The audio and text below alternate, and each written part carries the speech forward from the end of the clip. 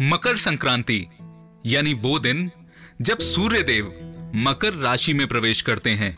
मकर राशि के स्वामी शनि हैं और इस दिन जब सूर्य मकर राशि में प्रवेश करते हैं तो ये माना जाता है कि इस दिन सूर्य देव अपने पुत्र शनि से मिलने आते हैं और इसीलिए इस दिन किए गए जप और दान का फल अनंत गुना होता है। और साथ ही सूर्य देव अपनी दिशा बदलकर दक्षिणायन से उत्तरायण होते हैं। इस दिन से ही नई ऋतु का आगमन भी माना जाता है। मकर संक्रांति हर साल 14 जनवरी को मनाई जाती है।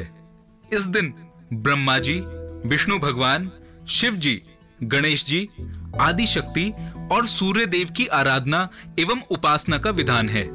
संत महर्षियों के अनुसार मकर संक्रांति की पूजा के प्रभाव से प्राणी की आत्मा शुद्ध होती है, संकल्प शक्ति बढ़ती है, ज्ञान तंतु विकसित होते हैं और इसके साथ ही मेमोरी और कंसंट्रेशन पावर इंक्रीज होती है। यानी मकर संक्रांति चेतना को विकसित करने वाला पर्व है और ये संपूर्ण भारत में किसी न किसी रूप में मनाया जाता है। विष्णु धर्म सूत्र में कहा गया है कि पितरों की आत्मा की शांति के लिए और अपने स्वास्थ्य वर्धन तथा सर्व कल्याण के लिए इस दिन तिल का प्रयोग अत्यधिक फलदायक है और इस दिन तिल के 6 प्रयोग बताए गए हैं। पहला, तिल जल से स्नान करना। दूसरा, तिल का दान करना। तीसरा, तिल से बना भोजन करना। चौथा, तिल का जल में अर्पण करना। पांचवा, तिल से आहुति देना और छठा, तिल का उपटन लगाना। मकर संक्रांति के दिन से जब सूर्यदेव उत्तरायण हो जाते हैं तभी से देवों की ब्रह्म मुहूर्त उपासना का पुण्य काल प्रारंभ हो जाता है। इसी ब्रह्म मुहूर्त के पुण्य काल को परा अपरा विद्या की प्राप्ति का काल भी कहा जाता है। इसे साधना का सिद्धि काल भी कहा जाता है। इस काल में देव प्रतिष्ठा, गृह निर्माण, यज्ञ कर्म और ऐसे सभी शुभ कार्य किए जाते हैं। रामायण काल से भारतीय संस्कृति में दैनिक सूर्य पूजा का प्रचलन चला आ रहा है। राम कथा में मर्यादा पुरुषोत्तम भगवान श्री राम द्वारा नित्य सूर्य पूजा का उल्लेख मिलता है। सिर्फ इतना ही नहीं, राजा भागीरथ भी सूर्यवंशी थे, जिन्होंने भगीरथ तप साधना के परिणाम स्वरूप पाप नाशनी मां गंगा को पृथ्वी पर लाकर अपने पूर्वजों को मोक्ष प्रदान करवाया था। राजा भगीरथ ने अपने पूर्वजों का गंगा जल, अक्षत और तिल से श्राद्ध तर्पण किया था। तभी से माघ मकर संक्रांति स्नान और मकर संक्रांति श्राद्ध तर्पण की प्रथा आज तक प्रचलित है। कपिल मुनि के आश्रम पर जिस दिन मां गंगे का पदार्पण हुआ था वो मकर संक्रांति का ही दिन था। पावन गंगा जल के स्पर्श मात्र से राजा भगीरथ के पूर्वजों को स्वर्ग की प्राप्ति हुई थी और कपिल मुनि ने वरदान देते हुए कहा था, मां गंगे त्रिकाल तक जन जन का पाप हरण करेंगी और भक्तजनों की 7 पीढ़ियों को मुक्ति एवं मोक्ष प्रदान करेंगी। आज के दिन गंगा जल का स्पर्श, गंगा जल ग्रहण करना, स्नान और दर्शन सभी पुण्यदायक फल प्रदान करते हैं। महाभारत काल में तो पितामह भीष्म ने सूर्य के उत्तरायण होने पर ही स्वेच्छा से शरीर का परित्याग किया था। उन्होंने शैया पर लेटे हुए मकर संक्रांति का इंतजार किया था ताकि उनका श्राद्ध संस्कार सूर्य की उत्तरायण गति में हो और इसीलिए आज तक पितरों की प्रसन्नता के लिए तिल अर्घ एवं जल तर्पण की प्रथा मकर संक्रांति के अवसर पर प्रचलित है।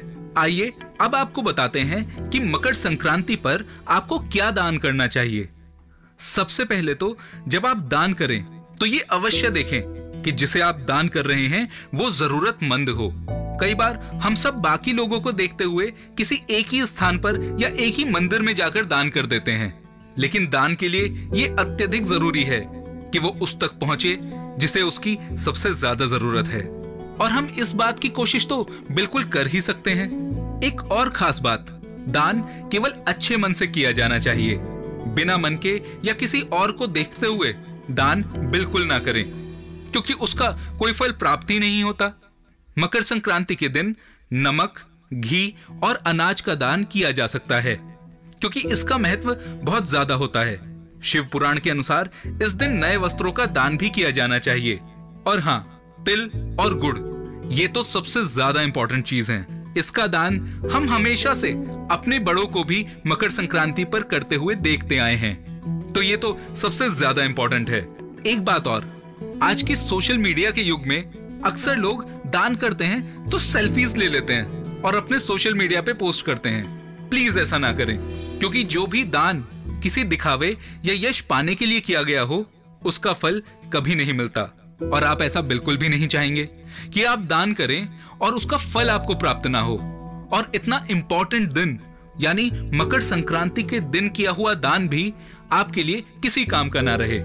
इसलिए जो व्यक्ति दान करता है उसे भगवान दूसरों की मदद करने के योग्य बनाते हैं। तो जो भी चीज आप दान करें वो किसी जरूरतमंद को दान करें और कोशिश करें कि कोई पुरानी या बेकार चीज दान ना करें। तो मकर संक्रांति पर आपको क्या करना चाहिए ये तो मैंने आपको बता दिया। अब मैं आपको बताता हूं कि इस दिन क्या क्या नहीं करना चाहिए। मकर संक्रांति प्रकृति के साथ जश्न मनाने का पर्व है, इसलिए इस दिन घर के अंदर या बाहर किसी भी पेड़ की काट छाट बिल्कुल नहीं करनी चाहिए। मकर संक्रांति के दिन किसी भी तरह का नशा करने से बचना चाहिए। इस दिन तिल या तिल से बना कोई भी व्यंजन अवश्य खाएं और खिचड़ी का सेवन बहुत अच्छी बात है। मकर संक्रांति के दिन अगर आपके घर पर कोई भी भिखारी, साधु या बुजुर्ग आए तो उसे खाली हाथ ना जाने दें। अपने सामर्थ्य के अनुसार उसे कुछ ना कुछ दान अवश्य करें। इस दिन लहसुन, प्याज और नॉनवेज का सेवन नहीं करना चाहिए। मकर संक्रांति का पर्व सादगी के साथ मनाना चाहिए और खाने में भी सात्विकता का पालन करना चाहिए।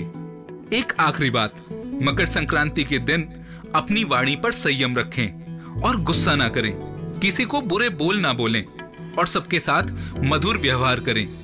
ये इसलिए भी इंपॉर्टेंट है क्योंकि कई बार हम किसी छोटे मोटे झगड़ों में अपने प्रियजनों को ही बुरी बात बोल देते हैं। और त्योहारों के दिन हमें बहुत संभल कर रहना चाहिए। जब भगवान की दृष्टि आप पर सबसे ज्यादा है, उस वक्त आप अपने किसी भी प्रिय का बुरा तो नहीं चाहेंगे। तो इसलिए ऐसा बिल्कुल ना करें। भगवान से अपने और अपने प्रियजनों के लिए आशीर्वाद मांगे, कुछ बुरा नहीं। मकर संक्रांति की बहुत सारी शुभकामनाएं। मैं हूं हिमांशु शर्मा। जुड़े रहें theastrologic.com के साथ फेसबुक, इंस्टाग्राम और यूट्यूब पर। धन्यवाद।